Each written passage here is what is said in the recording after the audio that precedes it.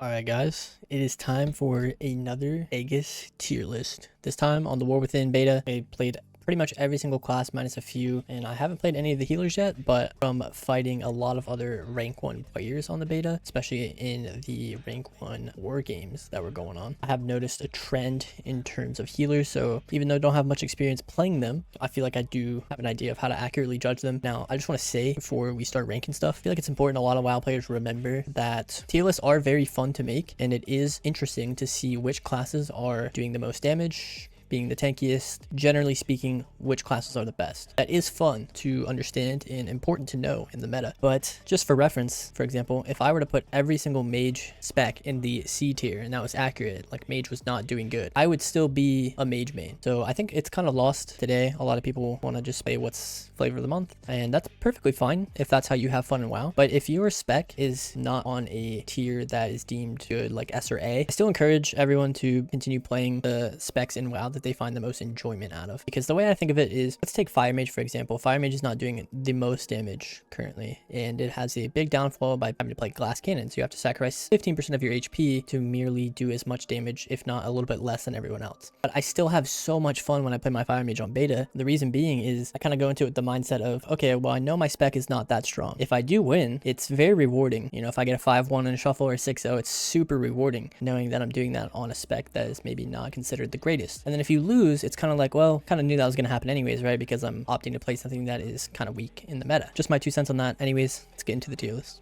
Also, one thing I want to note before the video starts, these specs will not be ordered in the tiers. So this doesn't mean that Fury Warrior is better than DK, and this doesn't mean DK is better than Mage. It just simply means that every spec in this tier is S, every spec in this tier is A. Alright, let's hop right into this. So let's go ahead and just start going down the list. The first class we have here on the list is a Demon Hunter. Demon Hunters, I recently played against MVQ and with him in solo shuffle multiple games. And honestly, the spec is not as oppressive as it was, anywhere near as oppressive as it was in the most recent expansion, where they sort of ruled almost the entire expansion. This might be a delight for some of you guys to hear. I know for me it is. Demon Hunters, I have nothing against the class. It is a little bit annoying to fight a Demon Hunter, especially when they're OP, just because when Demon Hunters are very strong, a lot of people gravitate towards them because they're regarded as being easier to play. When Demon Hunters are good, there's a lot of them, so I haven't really seen too many of them on the beta due to its most likely B tier placement in terms of strength and viability. That's kind of what we're going with for the Demon Hunter here. Now we have a Feral Druid. So I do think Feral Druids are very, very strong. A lot of the damage is actually, they lost their Wild Attunement proc. If you guys don't know what Wild Attunement is, in Dragonflight, whenever you landed a clone,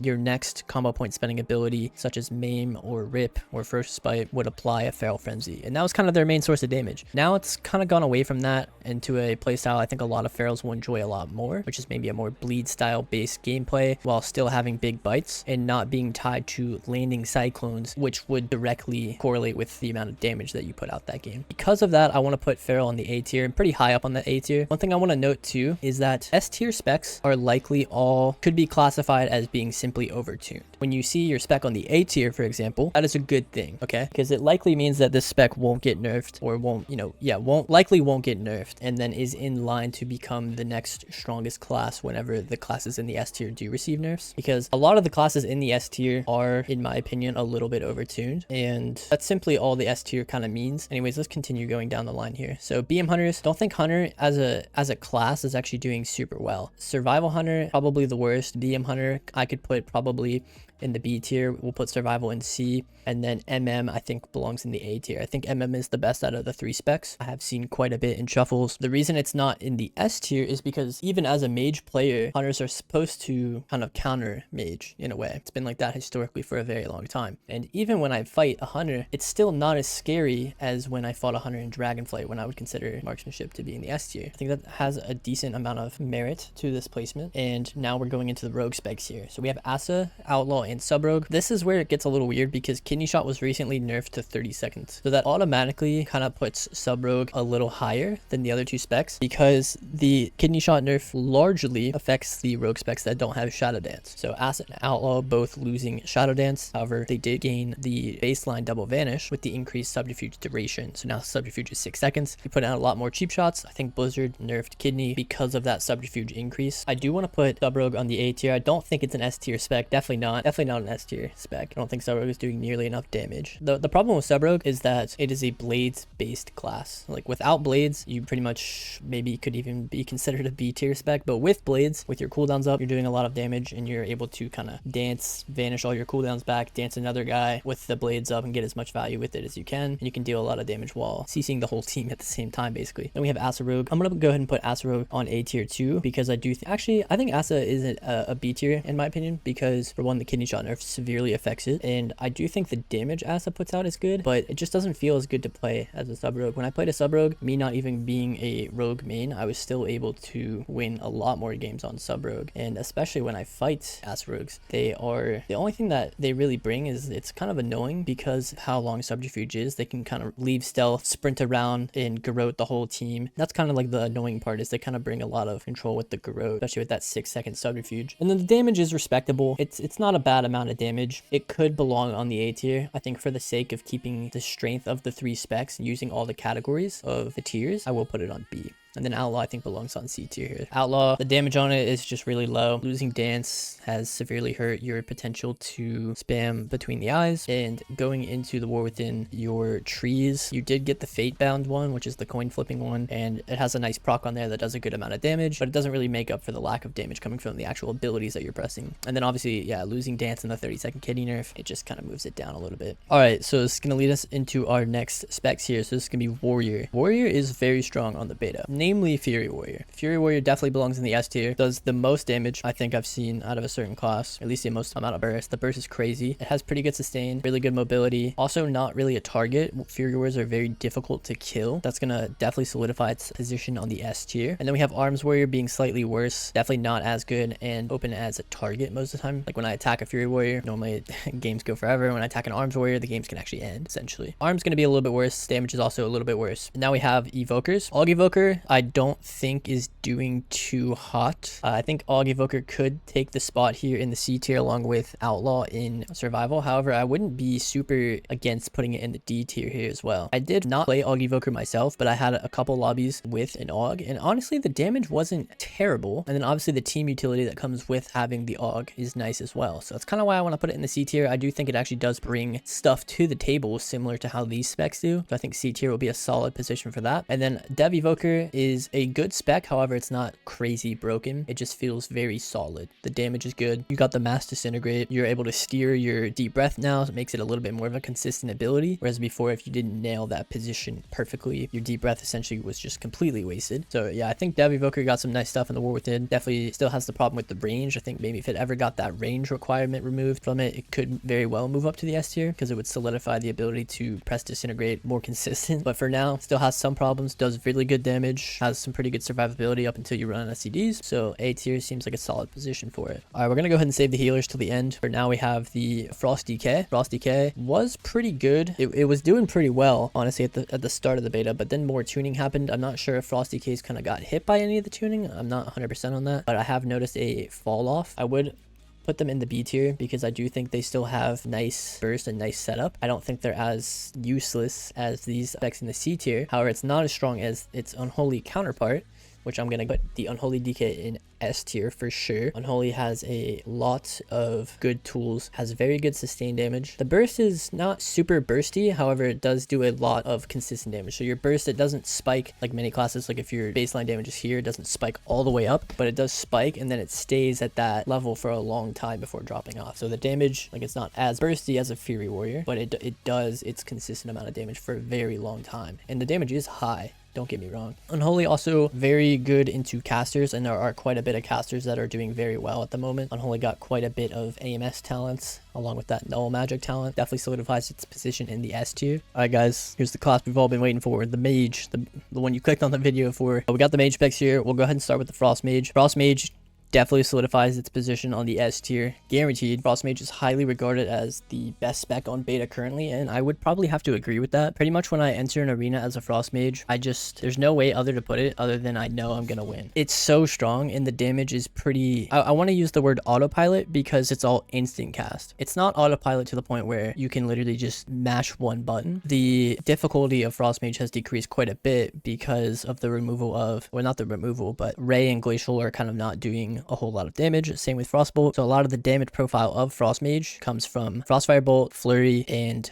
Ice Lance. So the skill currently on Frost Mage is sort of not overlapping those procs. You know, making sure that you're not overloaded on Ice Lance procs, making sure you're not missing out on your Flurry procs, because if you already have 2 and then you proc another one, that's 2 more Ice Lances that you missed out on. And then using your Frostfire Bolts, making sure you shatter them, making sure that you don't have the Ice Nova proc for it already. So it's just like not overlapping procs. It's not the hardest thing in the world, and all those instant casts that you're putting out are doing crazy damage. Like Ice Lance hits for maybe on average 1 million, and then Frostfire Bolt, if shatter, hits for maybe 1 to 1.4 million. Definitely a super easy variation of Frost Mage throughout the years that I've seen. All instant cast, super good, very good defensively, insane mobility. Definitely would be the best spec in the War Within so far, which is awesome because Frost Mage is my favorite variation of Mage. Now we have the Arcane Mage. I do think Arcane Mage is kind of slept on. Definitely solidifies itself in the A position due to its Magi window being super strong. Like the damage you can dish out in the Magi window, the Touch of the Magi, is super bursty now. It used to be very consistently good throughout the whole Magi, but now due to Magi Spark, you have the ability to actually chunk people if you do it properly. Now the thing with Arcane Mage is it's a very difficult spec to play, and people always say this, but I think in the War Within it's actually getting harder, especially when you opt to play with the current best hero talent tree, which is Sun Fury for Arcane. It adds a lot of modifiers to the spec that you didn't previously have that you sort of need to think about now. I think Arcane Mage got better for sure in the War Within. There are a couple things that, it got a little bit worse because Arcane was really good in Dragonflight actually. The reason I think it's worse than it was in Dragonflight is it lost the ability to generate clear castings with Spell Steal. Spell Steal kind of became a lot worse of a button, and Arcane Mage is kind of notorious for being known as the Spell Steal class. So Spell Steal kind of feels like a bad global right now due to it not generating clear castings and also it not generating your Spellfire spheres currently on Sun Fury. So it's like the globals that you want to be pressing are Blast and Barrage a lot, trying to ramp up your next sphere window for your Surge. And it kind of feels like there's a little bit of a conflict there because you also want to be spell stealing the target. Like it's very good to clean them, and then generating those clear castings can be kind of difficult, and you have sort of like conflicting things that you need to accomplish in the game. However, with the amount of damage and tankiness Arcane has, it's equally as good as every one of these classes here in the A tier, if not better. It's going to be that position for Arcane. Now we have Fire Mage. Oh man, the downfall of Fire Mage. My heart breaks for Fire. That's what I'll start with. Fire Mage is what I grew up playing. You know, I started playing Fire Mage when I was like 14, 15 years old. I'm 25 now. Anyways, Fire Mage is definitely the worst mage spec.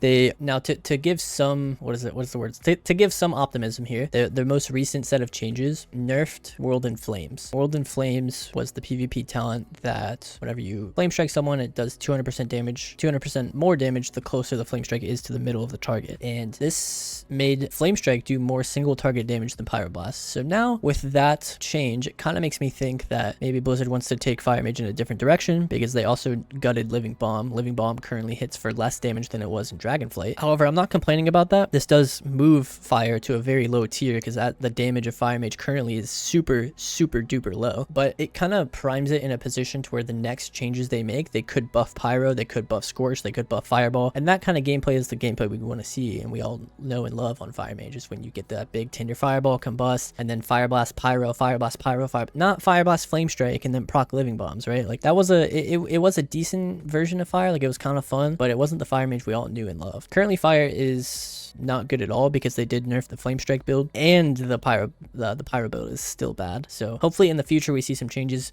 to make Fire Mage more of a Pyro class again, and hopefully we see some damage increase on just hopefully anything. And also another big problem with Fire Mage is the Glass Cannon. Obviously Glass Cannon having to sacrifice 15% of your HP for a 30% increase on Ignite, Fireball, and Scorch. Keep in mind that used to be 100%, now it's 30, so it's like the health detriment used to be 20 and now it's 15. So we got 5% HP for losing 70% damage. There's a lot of problems with Glass Cannon, and I hope to see that talent removed. Just the base damage of Fire being buffed again so it can be a real spec. Anyways, let's go into the next spec now. We got Paladins here. So Ret Pally, I think definitely deserves a spot in the A tier. The damage, the burst is there. The fact is that you can look at a lot of these classes and you can kind of say the sustained damage is pretty decent, and I think Ret fits in with that pretty well. And the burst is also as good as pretty much any one of these classes, but just not as high as some of these. So I do think Rets are definitely worthy of the A tier just in terms of damage, which is arguably the most important factor when it comes to tuning. But also the toolkit kit that red provides for the team. You know, the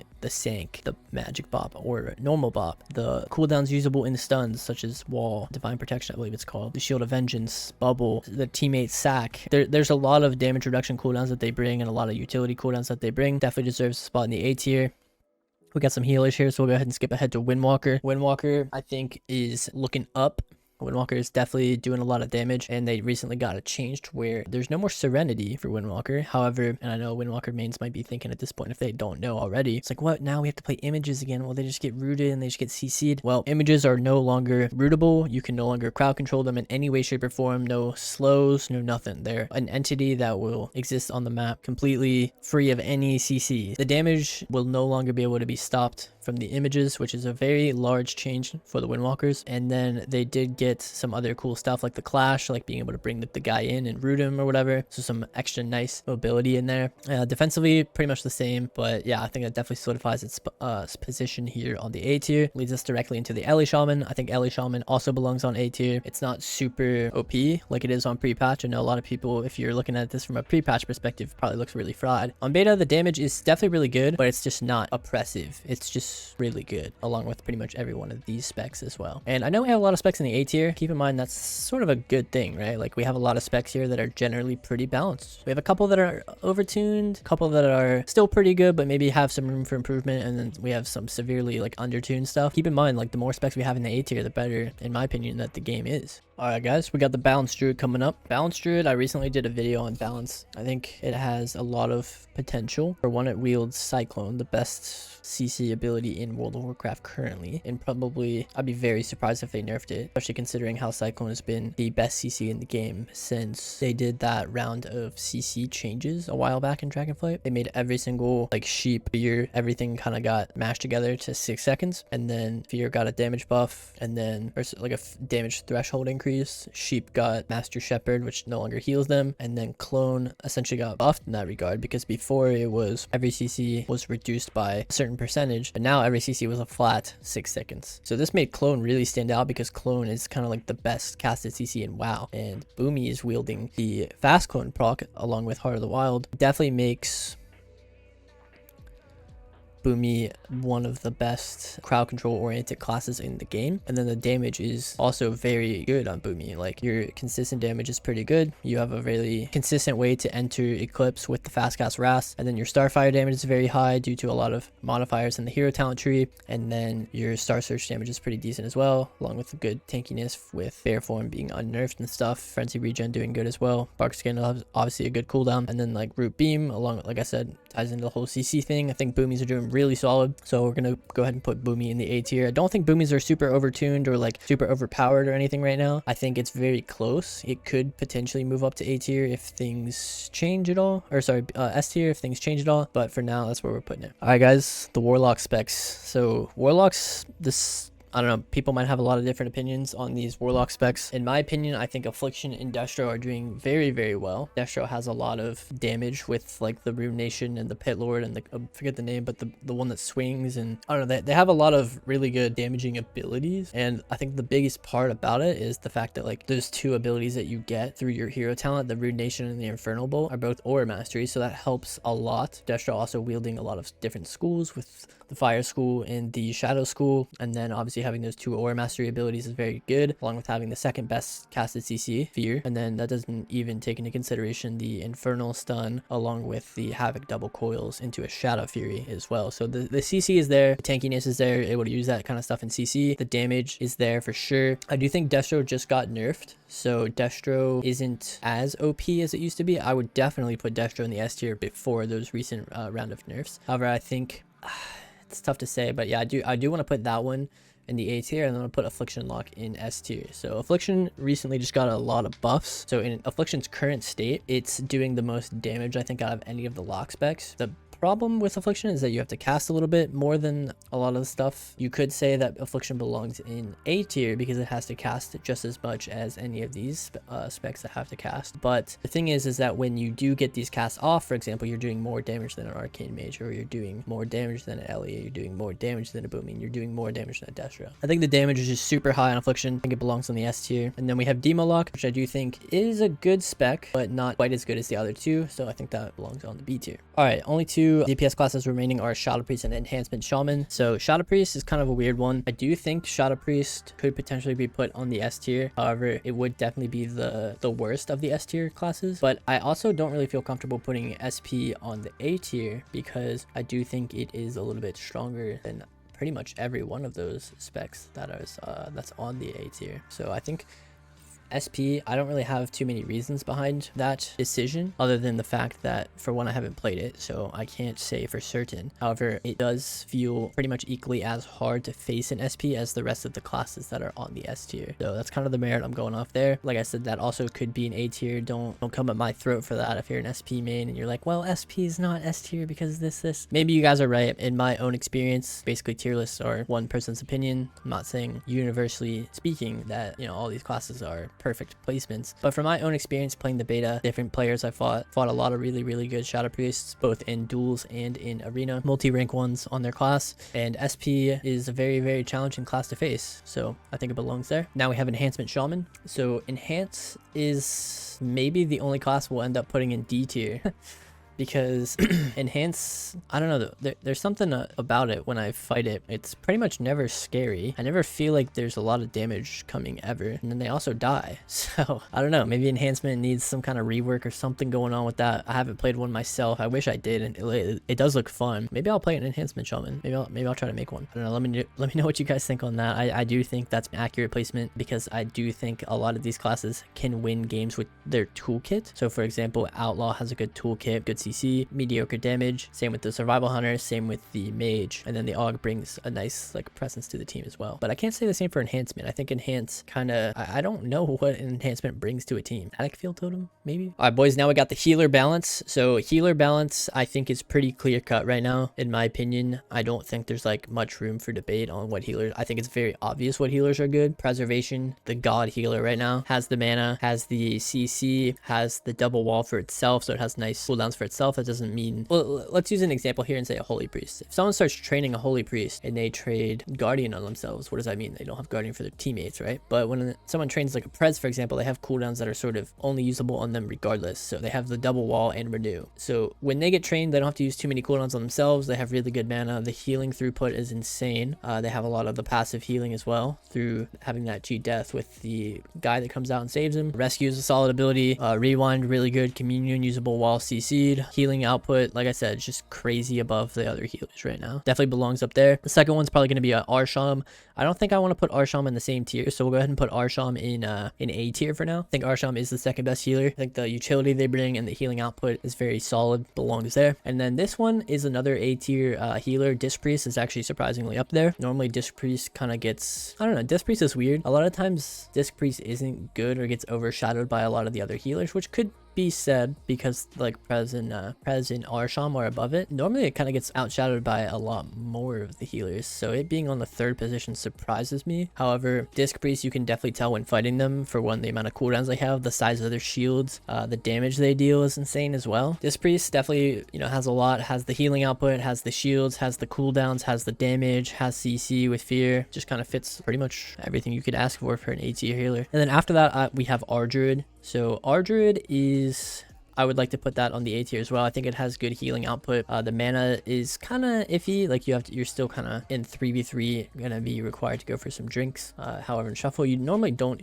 so that's kind of a benefit. You have a lot of damage with or you have some damage with tree form, the wrath procs, and moonfire, other stuff, some other abilities. Yeah, the constant tree procs with the decent amount of damage reduction cooldowns through skin and iron bark, the not really being able to BCC'd playstyle along with wielding clone. Alright guys, this gets us into our next healer here. We have the H-Pal. So H-Pal recently got nerfed. However, I still do think it is a good maybe we move it down a tier, huh? Yeah, maybe that's a more accurate placement. But actually, I feel like H-Pal belongs in A. Definitely. They have a lot of instant healing through the Eternal Flame. They have a lot of cooldowns: bubble, bop, sack, wall while in stun, bubble. Obviously, I don't know if I already said that, but yeah, they definitely have a lot of cooldowns, and the healing output is pretty decent. A lot of it's instant cast as well, so definitely think even after the nerfs, it's still really good. And that leaves us with these two healers here. Now, I do think we'll just go ahead and put them in their respected spots. So casted Mistweaver and Fistweaver, the throughput is kind of lacking at the moment. Like Fistweaver, your cocoon is...